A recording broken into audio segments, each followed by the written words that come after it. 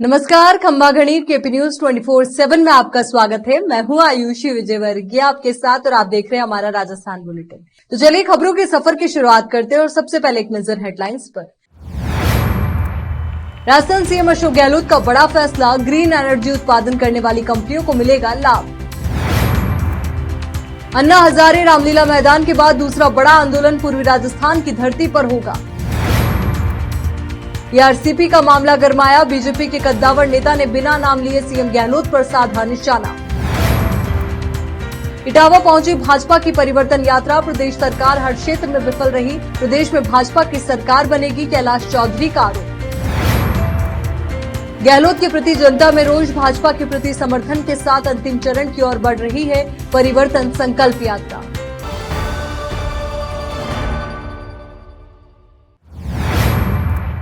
अब देखते हैं समाचार विस्तार से। राजस्थान निवेश प्रोत्साहन नीति 2022 के तहत दी जाएगी विभिन्न छूट।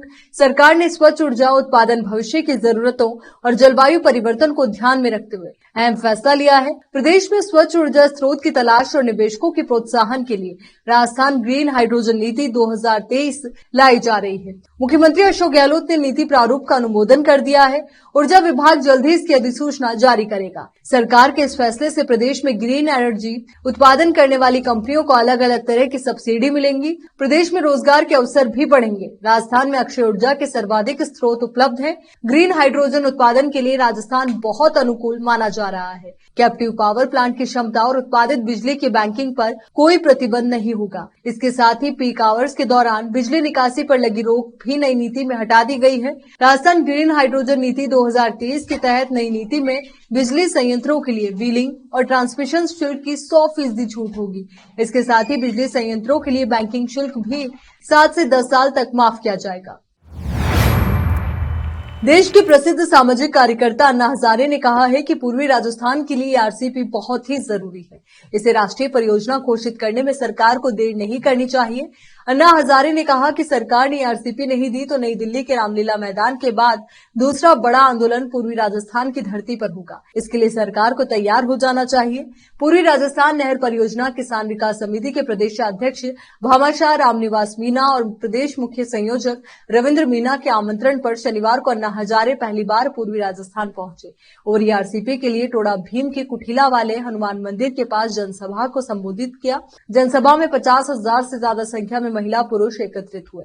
विशाल जनसमूह को संबोधित करते हुए मुख्य अतिथि और मुख्य वक्ता अन्ना हजारे ने कहा कि पूर्वी राजस्थान के आमजन की पहली जरूरत ये आरसीपी है। इसे सरकार को बहुत पहले समझ लेना चाहिए था, लेकिन आश्चर्य है कि सरकार ने अभी तक पूर्वी राजस्थान की इस अहम जरूरत के प्रति गंभीरता नहीं दिखाई। ये पूर्वी राजस्थान के लोगों के जीवन से जुड़ी हुई परियोजना है। सूबे के मुख्यमंत्री अशोक गहलोत द्वारा गत दिनों ईआरसीपी के मुद्दे पर बयान के बाद राजस्थान की राजनीति गर्मा गई है। मुख्यमंत्री के बयान के बाद पूर्व जल संसाधन मंत्री डॉक्टर रामप्रताप ने गहलोत सरकार को निशाने पर लिया है। ईआरसीपी यानी कि पूर्वी राजस्थान नहर परियोजना पूर्वी राजस्थान के 13 जिलों के लिए सिंचाई और पेयजल की योजना है, जिससे 2051 तक इन जिलों को पानी की पूर्ति होनी है। आरसीपी के धरातल पर उतरने से 2,02,000 हेक्टेयर नई सिंचाई भूमि बनेगी। साथ ही इन जिलों में पहले से बने 26 बांधों में सिंचाई के लिए पर्याप्त पानी उपलब्ध हो सकेगा। मुख्यमंत्री अशोक गहलोत ने कहा था कि केंद्र की जिद है कि आरसीपी को राष्ट्रीय परियोजना घोषित नहीं करेंगे, लेकिन वे भी जिद पर अड़े हैं और आरसीपी को शुरू करके ही दम लेंगे। जिसके बाद पूर्व जल संसाधन मंत्री डॉक्टर रामप्रताप ने कहा कि सरकार और सरकार के नुमाइंदों को कुछ दिन पहले तक आरसीपी की फुल फॉर्म तक नहीं पता थी। डीपीआर तक केंद्र सरकार तक नहीं भेजी गई और ठीकरा केंद्र सरकार पर फोड़ रहे हैं। बता दें कि हाल ही में eastern Rajasthan canal project ERCP को लेकर केंद्रीय जल शक्ति मंत्री गजेंद्र सिंह शेखावत ने गहलोत सरकार पर सवाल खड़े किए। कांग्रेस विधायकों के फीडबैक पेपर में ईआरसीपी को लेकर पूछे सवाल पर शेखावत ने कहा कि आरसीपी पर खुद कांग्रेस ने ही अपनी गंदी राजनीति का खुलासा किया। भाजपा की परिवर्तन यात्रा गुरुवार रात्रि को 9 बजे इटावा पहुंची। यात्रा के रथ पर केंद्रीय कृषि राज्य मंत्री कैलाश चौधरी, प्रदेश उपाध्यक्ष मुकेश दादीज, प्रदेश महामंत्री मोतीलाल मीणा, पूर्व विधायक हीरालाल नागर सहित भाजपा नेता मौजूद रहे। इस दौरान भाजपा कार्यकर्ताओं ने बैनर पोस्टर से इटावा को रंग दिया और देर रात तक का स्वागत दौर चला। इसके बाद ये यात्रा इटावा अम्बेडकर सर्किल पहुंची, जहां पर केंद्रीय मंत्री कैलाश चौधरी का 51 कलश सिर पर रखकर महिलाओं ने पार्षद रूपकंवर गुप्ता, पार्षद गायत्री सोनी, कीर्ति खुराना के नेतृत्व में अगवानी कर भव्य स्वागत किया।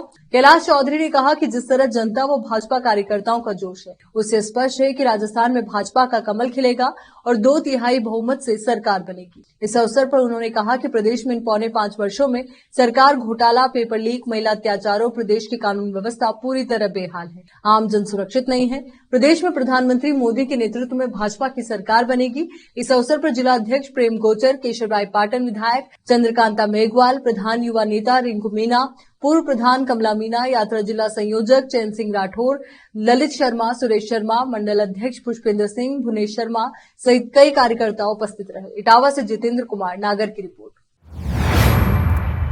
परिवर्तन संकल्प यात्रा को लेकर इटावा कस्बे में आयोजित हुई प्रेस कॉन्फ्रेंस को संबोधित करते हुए यात्रा के संयोजक व भाजपा प्रदेश उपाध्यक्ष चुन्नीलाल गरासिया ने कहा कि यात्रा डूंगरपुर के बेणेश्वर धाम से 3 सितंबर को केंद्रीय गृह मंत्री अमित शाह द्वारा हरी झंडी दिखाकर शुरू हुई। वहां से कई जिलों में होते हुए कोटा देहात में प्रवेश किया। ये यात्रा अब तक 9 जिलों से होकर गुजर चुकी है। इसमें लगभग 40 के करीब विधानसभाओं में 2500 किलोमीटर से अधिक का सफर तय कर चुकी है। यात्रा के दौरान जिस भी विधानसभा में यात्रा पहुंची, वहां पर लोगों में गहलोत सरकार के प्रति गहरा रोष देखने को मिला। कोटा संभाग प्रभारी और प्रदेश उपाध्यक्ष मुकेश दादीच ने गहलोत सरकार पर हमला करते हुए कहा कि राजस्थान में आरपीएससी पेपर लीक का गढ़ बन चुका है और राजस्थान सरकार दोषियों को सजा दिलाने में नाकाम साबित हुई।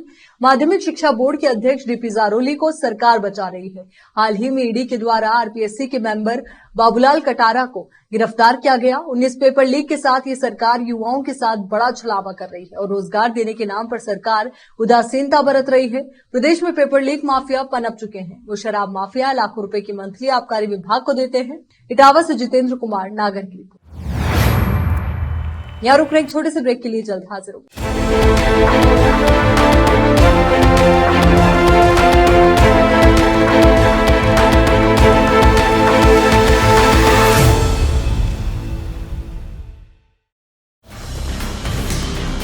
हिंदुस्तान के हर कोने में हम हैं मौजूद। 24 घंटे हालात पर गहरी नजर, खबरों से जुड़े चुपते सवालात और आपको दिखाता है धार्मिक, सामाजिक, राजनीतिक, लोकल और इंटरनेशनल न्यूज की सबसे बेहतर कवरेज, जो आपको रखती है हर पल बाखबर। देश और दुनिया भर की खबर के लिए देखते रहें KP news 24/7। Noor education trust Bidar की ओर से चलाए जाने वाला Noor MEd and BEd college Bidar, recognized by NCTE Delhi and affiliated to Gulbarga University, Gulbarga. Admission are open for the academic year 2022-23. विशेषज्ञ और सक्षम शिक्षकों द्वारा शिक्षा प्राप्त करने के लिए नूर एमएड एंड बीएड कॉलेज में दाखिला लें और शांत वातावरण में शिक्षा प्राप्त करें।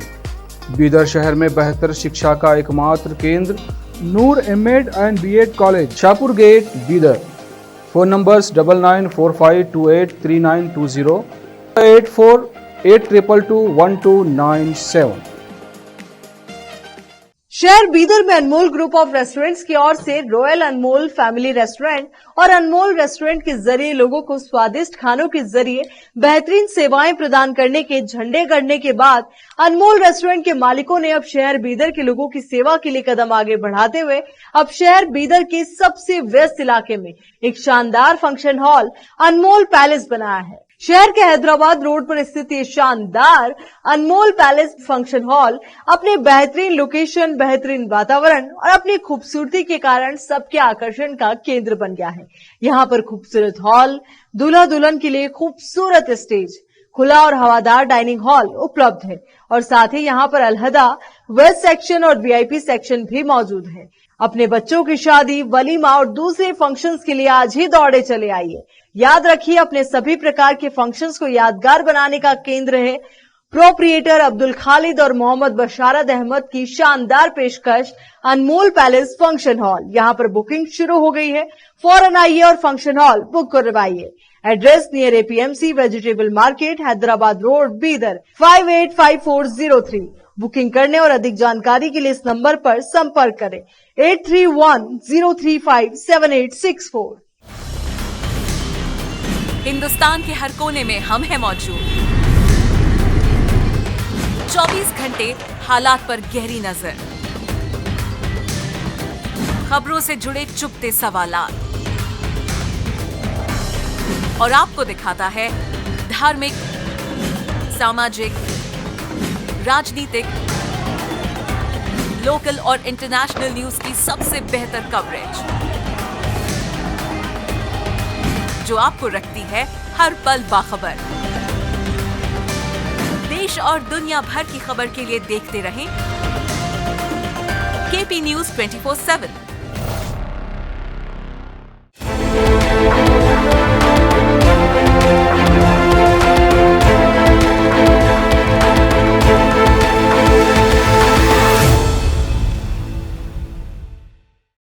ब्रेक के बाद एक बार फिर से आपका स्वागत है। हमले की साजिशकर्ता को गिरफ्तार करने की मांग को लेकर नारेबाजी के साथ प्रदर्शन करने वालों ने अचानक परिवर्तन यात्रा को रोका तो अधिकारी सहित सभी सकते में आ गए।